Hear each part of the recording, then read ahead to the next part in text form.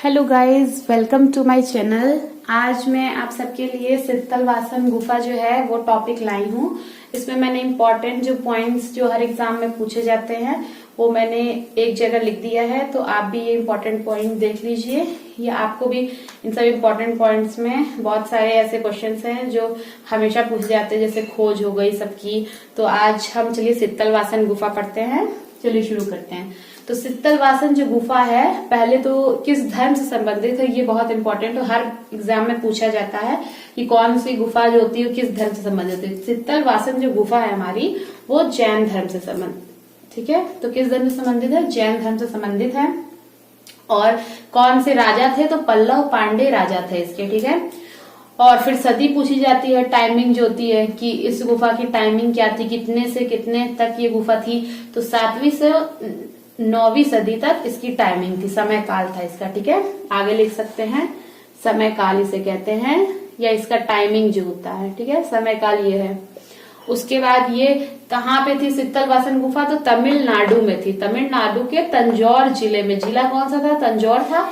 और ये पदुकोट्टई जो है वो स्थान है, यहाँ पे स्थान है ये पदुकोट्टई, और जिला तंजौर है और तमिलनाडु में है। तो मेन है ये तमिलनाडु में, ठीक। और नदी भी पूछी जाती है कि कौन सी गुफा किस नदी के है। तो ये जो है सित्तलवासन गुफा वो कावेरी नदी में है, ठीक है। नदी कौन सी है? तो कावेरी। और कहाँ पे है? तो तमिलनाडु में, तंजौर जिला है और पदुकोट्टई स्थान है। और जो समय काल था 7वीं से 9वीं सदी, और पल्लव पांडे राजा थे, और धर्म जैन धर्म है, ठीक है।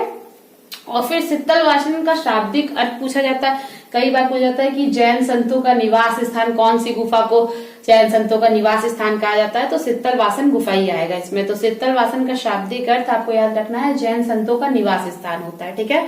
और ये सित्तलवासन गुफा को हम अरिहंत या आखिर नोएल नाम से भी जानते हैं, ठीक है।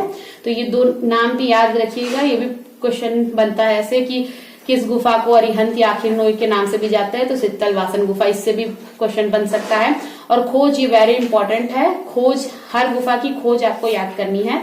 तो खोज इसकी हुई थी 1934 में खोज हुई थी सित्तलवासन गुफा की। और किसने की थी?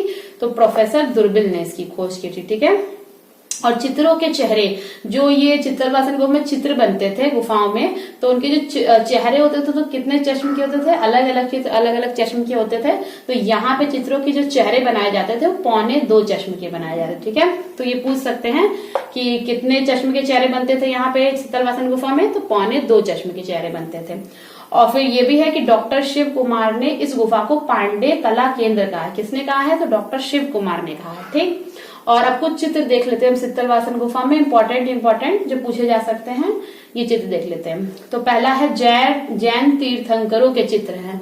जैन धर्म से संबंधित है इसलिए जैन तीर्थंकरों के चित्र मिले हैं यहाँ पे। कमल युग सरोवर, ये इसका चित्र है सित्तलवासन गुफा का। 3 दिव्य पुरुष फूल तोड़ते हुए, ये भी चित्र है।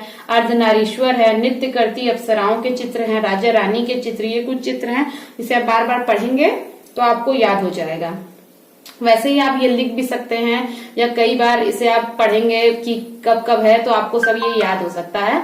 और ये जैसे कुछ पॉइंट्स इसमें हैं, ये मेन ही पॉइंट्स मैंने लिखवाए, और भी सित्तलवासन गुफा में है, मगर इम्पोर्टेंट जो पूछे गए प्रश्न हैं जो हमेशा पूछे जाते हैं वो सब मैंने यहाँ पे लिख दिया है, आप भी नोट कर सकते हैं।